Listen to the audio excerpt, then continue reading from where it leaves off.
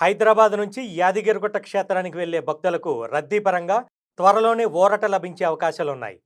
Secunderabad railway station సహా greater పరిధిలో వివిధ ప్రాంతాల నుంచి ఇక నుంచి రైళ్లలోనూ నారసింహుడి సన్నిధికి భక్తులు వెళ్లొచ్చు.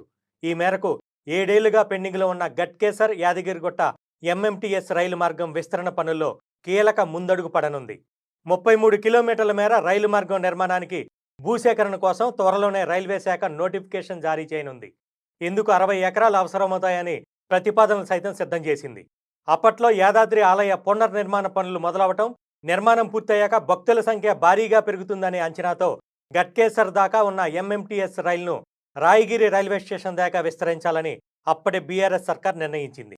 కేంద్ర రాష్ట్ర భాగస్వామ్యంతో నిర్మించేందుకు 2016-17లో 330 కోట్లతో ప్రతిపాదనలు తయారు చేసి పంపగా కేంద్రం సరేనంది. తర్వాత రోజుల్లో బీఆర్ఎస్ ప్రభుత్వమే పట్టించుకోకపోవడంతో విస్తరణ పనులను రైల్వే శాఖ పెండింగ్లో పెట్టింది.